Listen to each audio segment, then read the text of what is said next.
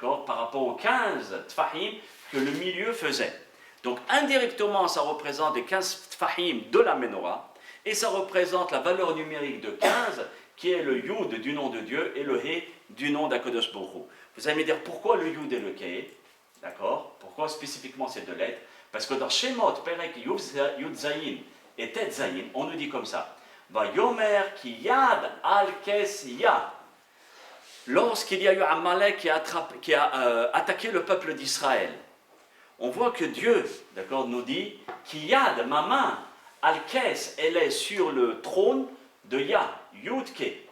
Ça veut dire que le nom de Dieu a été abîmé dans la deuxième partie. Le Yud et le He n'a pas été abîmé. Et où il se trouve? Dans la Menorah et dans le Lamnatseah.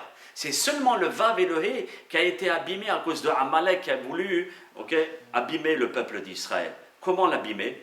En lui donnant la peur, en lui donnant le doute de Dieu. Que chaque fois qu'on a un doute, c'est Amalek qui rentre en nous. La valeur numérique de Amalek et Safek, Safek qui veut dire le doute, c'est la même valeur numérique. Ça veut dire que Safek c'est Amalek et Amalek c'est Safek. Quand le peuple d'Israël commence à douter, commence à plonger. D'accord? Donc Amalek a réussi à toucher le Vav et le Ke, qui sont les deux parties du nom de Dieu. Mais le Ya, Yud Ke, d'accord? Ici, l'Opagum. Personne n'a réussi à le toucher. C'est pour ça que Dieu l'a mis à l'intérieur même de la Menorah, et le milieu qui représente Dieu et qui représente Yerushalayim, qui représente le Shabbat, il représente aussi le Yud-Ke, c'est-à-dire les parties qui ne sont pas abîmées. Aussi, Yud-Ke, vous savez qu'avant de rentrer dans le temple, il y avait 15 marches. Lorsqu'on lit le Lamnatseah et on lit celui du milieu, c'est comme si on montait les 15 marches du temple. C'est les Nohacham, tout ce que je vous rapporte là, c'est les écrits de nos sages. Tous les écrits de nos sages. Donc les 15 marches qu'il y avait, כדי להגיע לשאר מעזות נשים, יש לטפס 15 מעלות הבנויות בצורת קשת, d'accord? 15 marches en forme de demi-cercle. Et donc, au-delà de ces 15 marches, c'est là où il y avait les Kohanim, où ils chantaient, d'accord, à Kadosh Baruch Hu, ils glorifiaient le nom d'Akadosh Baruch Hu. Waouh! Maintenant, lorsqu'on voit la menorah en elle-même, vous voyez qu'il y a des parties. Ici, il y a des fleurs. D'accord? Vous voyez les fleurs? Voilà la fleur. En gros. La Torah dit qu'il faut qu'il y ait des fleurs. Ensuite, la Torah, qu'est-ce qu'elle me dit? Il faut qu'il y ait des kaftors, des boutons. D'accord? Comment ils étaient? Comme ça. Et ensuite, la Torah me dit il faut qu'il y ait des gobelets, geveri, comme ça. Où à l'intérieur, on mettait l'huile. La Torah, elle précise. Hein? Vachement bien ce que tu as fait. Pourquoi je reste jusqu'à 3h et 4h du matin? C'est par rapport à ces choses-là, pour essayer de faire bien, pour présenter bien la Torah, pour bien la présenter la Torah. Si on la présente bien, elle est claire dans le cerveau des gens. Et c'est trahi. Arabe Mata. Baruch Hashem. Lechaim, lechaim, lechaim. Baruch ata Adonai Elohenu melech haolam shehakol nehiya bidvaro. Amen. Qu'Hachem vous bénisse. Amen. Hashem yivarech אותך וכל המשפחה בעזרת השם. נחת רוח. Amen. Vous voulez de l'eau? Profitez-en, il y a une toute petite pause, mais pas trop longue, comme ça on continue. Shalom, shalom, baruch haba. Un verre de coca pour la dame, un verre de soda pour moi, s'il te plaît. Je ne veux pas passer devant la... Shalom, shalom, asseyez-vous. Ah, c'est la fille.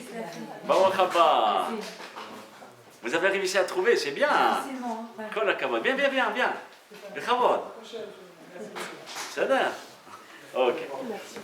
Donc, pour ce qui veut devenir, la menorah en elle-même, qui est représentée par le lamnatseah, était constituée de ces trois parties. D'accord? Les gobelets, on mettait l'huile, les kaftors et les fleurs. Maintenant, pourquoi ces parties-là, on va les apprendre par la suite, Bezat Hashem. Les gobelets sont plus bas que la fleur, mais on met l'huile en bas alors finalement? Non, ici. Et ici c'était le gobelet. Ici, il y avait des gobelets, mais ici aussi, il y avait des gobelets. Ah, Tu vois? Donc, il y avait des gobelets qui étaient ici. Ici, il y avait le bouton, le kaftor. Ici, il y avait la fleur. Et ici, le gobelet. Et c'était dans le gobelet supérieur qu'on mettait l'huile. Maintenant, pourquoi la Torah? Elle demande à Moshe Rabbeinu une chose. Shigaron, de la folie. Comment veux-tu faire d'une seule pièce une chose pareille? Ça veut dire que la menorah représente et symbolise quelque chose de bien plus profond. Et on va l'apprendre ensemble, Be'ezat Hashem. Il y avait 11 boutons, comme on avait appris dans les premiers cours, il y avait 11 boutons. 9 fleurs et 22 gavias, d'accord, gobelets. Retenez bien les chiffres, hein, d'accord, 11, 9 et 22. Les filles d'Arat Agra, selon l'opinion du Gaon Mevilna, mais Chouvan Pasuk, là on va étudier la Torah du Gaon Mevilna, de ce qu'il a découvert dans la Menorah et la Torah, les deux en même temps. Petah Bevarecha Yair. Il y a un psaume dans les Teilim, au Kufiyut Tet 119, et la phrase 130, où là-bas on nous dit Petah Bevarecha, ouvre tes paroles, Yair, de façon à ce que tu puisses illuminer, éclairer. Quand tu vas ouvrir ta parole, il y a la lumière qui va en sortir. On va voir que la parole, c'est quoi? La Torah. C'est quoi la lumière? C'est la Menorah. La Torah et la Menorah, il y a un lien entre les deux. Al-Hameshet Psukim Arishonim, Shebe-Hameshet Humshet Torah.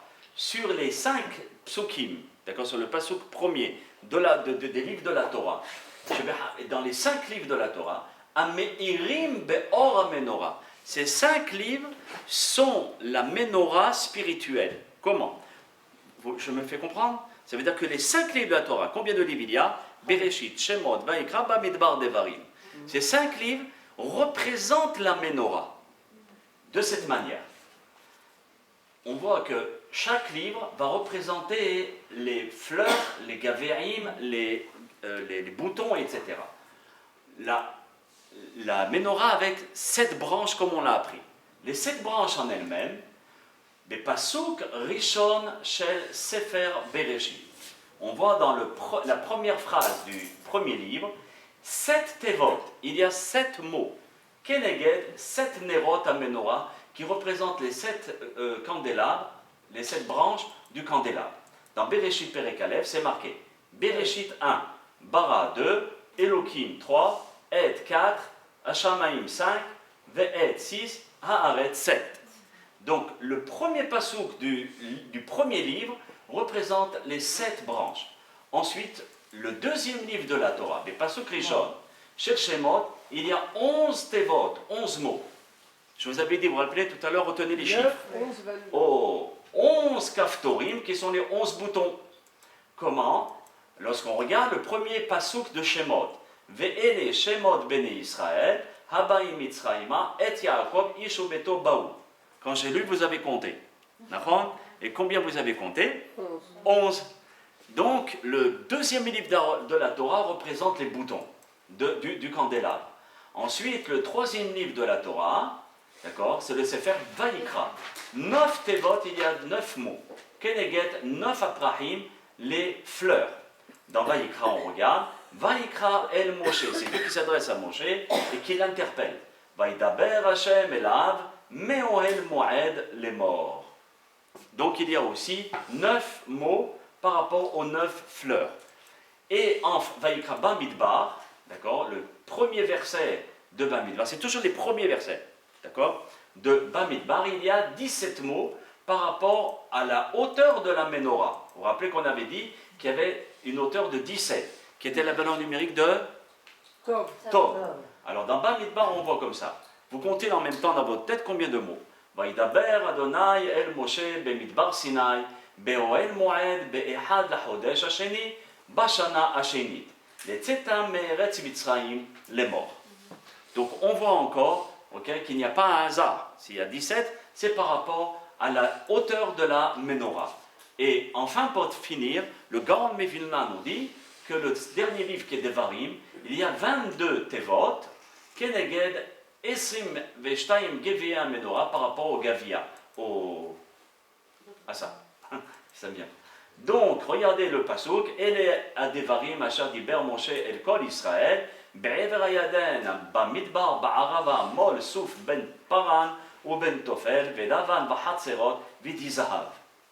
Donc, on voit aussi qu'il y a 22 par rapport aux 22 socles dans lesquels on mettait l'huile.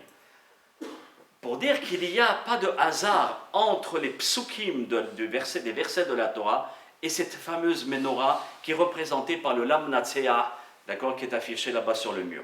D'accord. Ce lamnatseah, au fond, là-bas, il y a un lamnatseah qui est sur le mur. Donc c'est ce lamnatseah que je parle, qui est en rapport avec le chandelier et qui est en rapport avec la Torah. Et qui est en rapport, on va le voir par la suite si Dieu veut, avec la tefila. On avait appris que les Bnei Israël devaient recevoir la Torah, les Arshir Atzman, et ils devaient devenir, disons, plus purs depuis la sortie d'Égypte pendant 49 jours. Le 50e, c'était Shavuot, le don de la Torah. Et on regarde on l'avait vu ça déjà, que dans la Menorah, il y a combien de mots? 49 mots. D'accord? Combien de lettres au milieu? 49 lettres.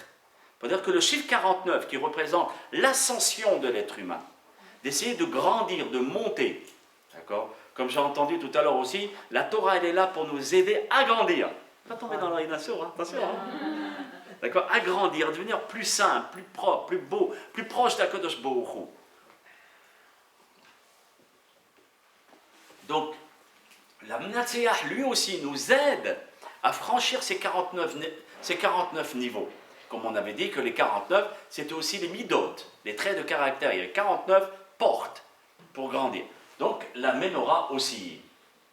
Et le Hag HaShavuot, c'est 7 fois 7, 7 semaines, d'accord, qui est 49. De même par rapport à la Shemitah et au Maaser. Maintenant, on regarde le premier verset, le verset du milieu, celui que je vous avais dit, le milieu. C'est